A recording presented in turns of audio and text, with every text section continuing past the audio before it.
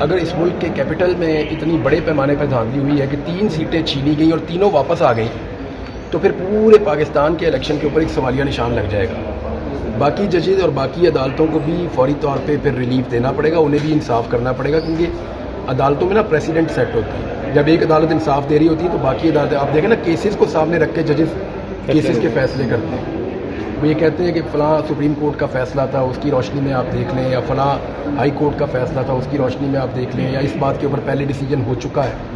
تو اسلام آباد high court جو کچھ بھی اس میں کرے گی وہ قابل تقلید ہوگا باقی ہائی کورٹ کے بارے میں۔ بڑی پریشانی حکومت کی یہ ہے کہ اپنی سیٹیں کیسے بچا کے رکھیں، اس کے لیے وہ جلدی جلدی قانون سازی بھی کر رہے ہیں، لیکن میرے خیال میں یہ معاملہ چیلنج ہو جائے گا کورٹ میں۔ اس کی ایک وجہ ہے، اس کی وجہ یہ ہے کہ جب بھی آپ کوئی ایک نیا بل لے کر آتے ہیں یا قانون کے اندر کوئی تبدیلی کرتے ہیں تو جو چیزیں پہلے ہو چکی ہوتی ہیں وہ پہلے کے مطابق چلتی ہیں۔ یہ نہیں ہو سکتا کہ آپ پچھلے 10 سال کے جو الیکشن ہے یا 20 سال کے جو الیکشن ہے وہ آج بننے والے قانون کے تحت آپ ان کو چلائیں گے۔ اگر تو ریٹائرڈ ججوں کو لگانے والا قانون آج بن رہا ہے تو آج کے بعد جو الیکشن ہوں گے اس کے اندر ریٹائرڈ جج ٹربیونل میں بیٹھیں گے۔ ایسا نہیں ہو سکتا کہ یہی قانون پچھلے الیکشن کے اوپر جو ہے وہ لاگو ہو جائے گا، ایسا ہوگا نہیں، ہونا نہیں چاہیے۔ تو یہ معاملہ بھی عدالت میں جائے گا۔ اب دیکھنا ہے کہ سپریم کورٹ آف پاکستان میں جب یہ معاملہ جاتا ہے تو قاضی صاحب بینچ کیسا بناتے ہیں اور خود اس بینچ کا حصہ ہوتے ہیں یا نہیں ہوتے، کیونکہ یہ معاملہ وہاں جانا ہے الٹیمیٹلی۔ عمران جی، آج جسٹس طارق محمود جہانگیری نے جب سماعت کا آغاز کیا، ریٹرن کینڈیڈیٹس کو بھی اور P T I back candidates کو بھی طلب کیا اور انہوں نے الیکشن ایکٹ پڑھنے کا کہا۔ الیکشن ایکٹ جب سب نے پڑھ لیا تو انہوں نے کہا کہ اب آئین اور قانون کے مطابق 180 دن کے اندر الیکشن ٹریبیونل نے فیصلہ کرنا ہے، 7 دن سے زیادہ اس کو ڈیلے نہیں کر سکتے، سماعت ملتوی نہیں کر سکتے، اور الیکشن ٹریبیونل کے پاس یہ اختیار ہے کہ اگر ریٹرن کینڈیڈیٹ تاخیری حربہ استعمال کرے تو اس کو شو کاز نوٹس جاری کر کے اس کی رکنیت معطل کر سکتے ہیں۔ اور ڈاکٹر طارق محمود چودھری کو یہ کہہ بھی دیا ہے کہ اگلی سماعت پر اگر آپ نے فارم 45 جمع نہ کروائے تو آپ کی رکنیت معطل کرنے کی عدالت یہ ایزیوم کر لے گی، اگر یہ فارم 45 نہیں لے کر آتے تو عدالت یہ ایزیوم کرنے پر مجبور ہوگی کہ ان کے پاس فارم 45 ہے ہی نہیں، پھر جو اویلیبل ڈاکومنٹ ہیں ان کی بنیاد پہ عدالت کو فیصلہ کرنا پڑے گا۔ پھر ایک پینلٹی یہ ہے کہ آپ اس جیت کو کیسے انجوائے کر سکتے ہیں جب آپ کے پاس فارم 45 نہیں ہے۔ لہذا بہت ممکن ہے کہ عدالت ان کی، کیونکہ وہ عدالت کو کہہ کر گئے ہیں کہ وہ ڈاکومنٹ دے دیں گے، ہمیشہ وہ کبھی نہ تو بولتے ہی نہیں ہیں، تو اگر وہ نہیں دیتے تو عدالت ان کی رکنیت معطل کر سکتی ہے۔ وہ اس سے پہلے باہر میڈیا کو بھی کہتے رہتے ہیں کہ میرے پاس ہے فارم 45، جب فوراً کوئی مجھے بلائے گا تو میں وہاں پہ جمع کرواؤں گا۔ آج ادارہ جاتی رسپانس دینے کے حوالے سے بھی معاملہ ہو سکتا ہے۔ شام 4 بجے اسلام آباد ہائی کورٹ کا فل کورٹ اجلاس طلب کیا ہے اور جسٹس طارق محمود جہانگیری کے خلاف جو ملیشیس کمپلین کی جا رہی ڈگری جعلی کیا کریں اس متعلق غور لائیں گے؟ دیکھیں، اب میرے خیال میں سرکاری کالجز میں پڑھنے والے سارے لوگ خطرے میں ہیں، جو لوگ اس وقت ریاست کے خلاف کوئی یا ریاست کی جو خواہش ہے اس کے خلاف چل رہے ہیں، یا ریاستی اداروں کی خواہش کے خلاف اگر کوئی کھڑا ہوگا تو اس کی ڈگری خطرے میں ہے۔ اس کو تو یوں دیکھا جائے، ہاؤ از اٹ پاسبل کہ ایک آدمی کا لمبا کریئر ہے بطور وکیل اور پھر اس کا بہت لمبا کریئر ہے بطور جج، اس کے فیصلوں کی لوگ جو ہے وہ مثالیں بھی دیتے ہیں، آپ سارے ان کی کورٹ میں جاتے ہیں، کسی بھی نقطۂ نظر سے وہ آپ کو کوئی کمتر جج تو نظر آتے نہیں ہیں ماشاءاللہ۔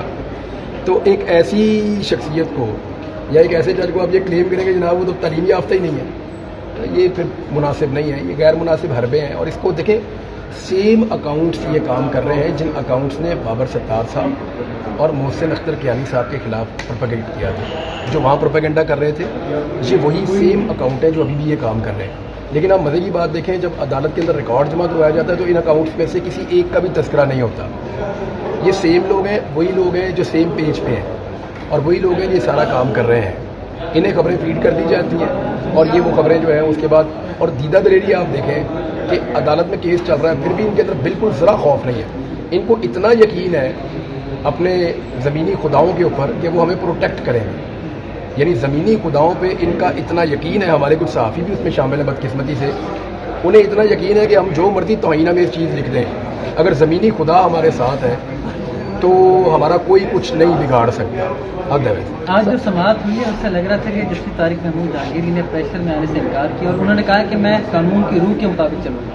لیکن چلنا ایسے ہی چاہیے، ان کے پاس اب میرے خیال میں ان کے پاس آپشن محدود ہو گئے ہیں۔ اگر الیکشن کمیشن آف پاکستان بھی اگر تبدیل کرنا چاہے گا اپنے اختیار کو استعمال کرتے ہوئے جسٹس طارق محمود جہانگیری صاحب کو، تو ان کو کوئی ریزن تو دینا پڑے گا۔ کیا ریزن دیں گے؟ اس سے پہلے جو ریزن دیے تھے کینڈیڈیٹس نے، 3 کینڈیڈیٹس نے اس سے پہلے کہا تھا کہ ہمیں ان پہ اعتبار نہیں ہے، چینج کرتے ہیں، ریٹائر جج لگوا دیا تھا۔ تو وہ معاملہ ہائی کورٹ میں جب آیا تھا تو تینوں نے معافی مانگ لی تھی. انہوں نے معذرت کر دی تھی. انجم وکیل صاحب کو آپ نے سنا بھی ہے, انہوں نے عدالت میں کھڑے ہو کے معذرت کی تھی کہ میں کہنا نہیں چاہتا, ایسی کوئی بات نہیں ہے. تو اس کے بعد پھر یہ بیک فٹ پہ چلے گئے تھے. اب وہ جو ریزنس تھے ان کے علاوہ اور کون سا ریزن ہو سکتا ہے جس پہ کیا اب الیکشن کمیشن یہ لکھ کے دے گا ان کی ڈگری جو ہے وہ جعلی ہے اس لیے میں جج چینج کر رہا ہوں. تو الیکشن کمیشن کے بعد بھی چوائس محدود ہو گئی. ہاں یہ ہے کہ زیادہ کپڑے اتارنے پڑیں گے, زیادہ ننگا ہونا پڑے گا یہ کام کرنے کے لیے. تو دو چیزوں میں ایک چیز تو ہو جاتی ہے. دیکھیں مجھے جو میں انجوائے کرتا ہوں اس چیز کو وہ پتہ کیا ہے, یا تو انصاف ہو جاتا ہے یا زیادہ کپڑے اتر جاتے ہیں. تو دونوں چیزوں میں سے آپ کو ایک چیز مل جاتی ہے بالآخر. یا تو اسلام آباد کی یہ 3 سیٹیں ان کے اندر انصاف ہو جائے گا اور یہ جیتنے والے امیدواروں کو مل جائیں گی, یا پھر نظام کے تھوڑے سے کپڑے اور اتر جائیں گے اور ہم اس کو مزید ننگا دیکھیں گے. تو دونوں میں قوم کی جیت ہے, ہار نہیں ہے. سر اسلام آباد ہائی کورٹ کے چیف جسٹس کے خلاف ریفرنس بھی سنا آ رہا ہے پی ٹی آئی کی طرف سے, بہت ہیوی قسم عمران خان کی طرف سے. اچھا, یہ ویسے خبر میں نے بھی سنی ہوئی ہے. وہ ریفرنس آپ آنے دیں. میرے خیال میں قاضی فائد عیسیٰ صاحب کے حوالے سے پاکستان تحریک انصاف کے بہت سے خدشات ہیں. عامر فاروق صاحب کے حوالے سے اسپیشلی ہیں, اور وہ ایک کیس ہے اور یہ جہاں سے آنا چاہیے تھا. ایکچولی اس کیس کے بارے میں نے پروگرام کیا تھا آج سے کئی ماہ پہلے, جب ٹیرین وائٹ کیس کا فیصلہ یہاں پہ عدالت نے نہیں دیا تھا. یہ لارجر بینچ جب بیٹھا اس سے پہلے کی بات ہے. تو اس کے اوپر میں نے ایک ویلاگ پہلے بھی کیا تھا. یہ کسی بندے کو استعمال کر کے بڑا عجیب طریقے سے بڑے مشکوک انداز میں اس کیس کو لگایا گیا تھا. اور جو ہمارے اسلام آباد ہائی کورٹ کے چیف جسٹس صاحب ہیں ان کے بارے میں جو چیزیں اس وقت سامنے آئی تھیں مجھے ایسا لگتا تھا کہ وہ جھوٹ ہونی چاہیے. یعنی میرا دل بھی کہتا تھا کہ یار یہ جھوٹ ہونی چاہیے. ہمارے چیف جسٹس ہیں اسلام آباد ہائی کورٹ کے, لیکن جب وہ فیکٹس خود لکھ دیے ججز نے تو انہوں نے اس کے اوپر اسٹیمپ کر دیا کہ یہ زیادتی ہوئی تھی.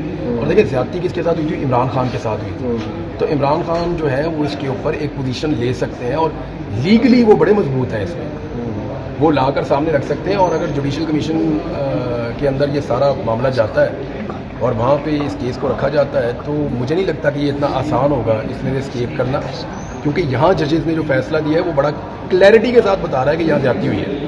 ہوا یہ تھا کہ 3 ججز تھے, 2 نے اپنا فیصلہ دے دیا تھا عمران خان کے حق میں اور جسٹس عامر فاروق صاحب نے اپنا فیصلہ روک لیا تھا.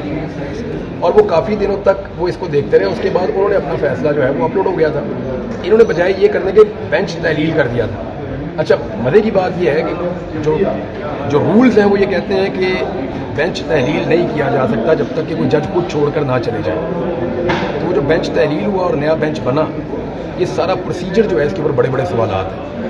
تو اب اس پہ اگر بچانا ہے نا تو پھر قاضی فائد عیسیٰ صاحب کو اپنا رول پلے کرنا پڑے گا. ادروائز یہ ایک بہت بڑا کیس ہے اور یہ کیس بنتا بھی ہے. عمران بھائی, یہ جو ہے نا نیاز اللہ نیازی جو ہے نا وہ ہمیشہ آ کے سماعت کے اندر نا 1-2 بات کر جاتے ہیں. قاضی فائد عیسیٰ کو کہتے ہیں اعتماد نہیں ہے, کبھی کوئی بات کرتے ہیں. لیکن دوسری طرف سے سلمان اکرم راجہ صاحب سے جب پوچھا گیا نا قاضی صاحب کی طرف سے کہ آپ کو اعتماد ہے, تو انہوں نے کہا اعتماد ہے.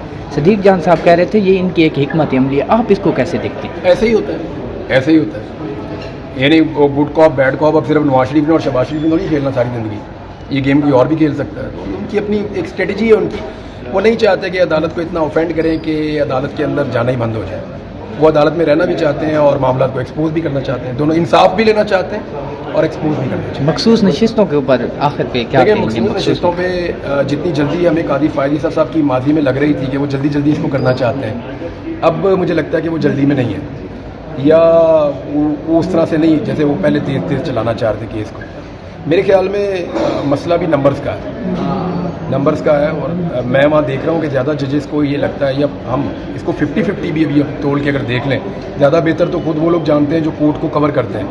میں جب ان سے بات کرتا ہوں تو رپورٹر یہ کہتے ہیں کہ اب پلڑا جو ہے وہ قاضی صاحب کا جو اسکول آف تھاٹ ہے اس کا ہلکا ہو رہا ہے آہستہ آہستہ جیسے جیسے کیس آگے چل رہا ہے. اب دیکھتے ہیں فیصلہ کیا آتا ہے اس میں. لیکن ایکچولی تو جو لوگ ہار گئے نا, جن کو لوگوں نے ہرایا, ان کو آپ لوگوں کی دی ہوئی اقلیت سے زیادہ اکثریت آپ ان کو نہیں بنا سکتے. اب یہ کر نہیں سکتے, یہ زیادتی ہے. جو جیتا ہے اس کو وہی سیٹ ملنی چاہیے. Thank you.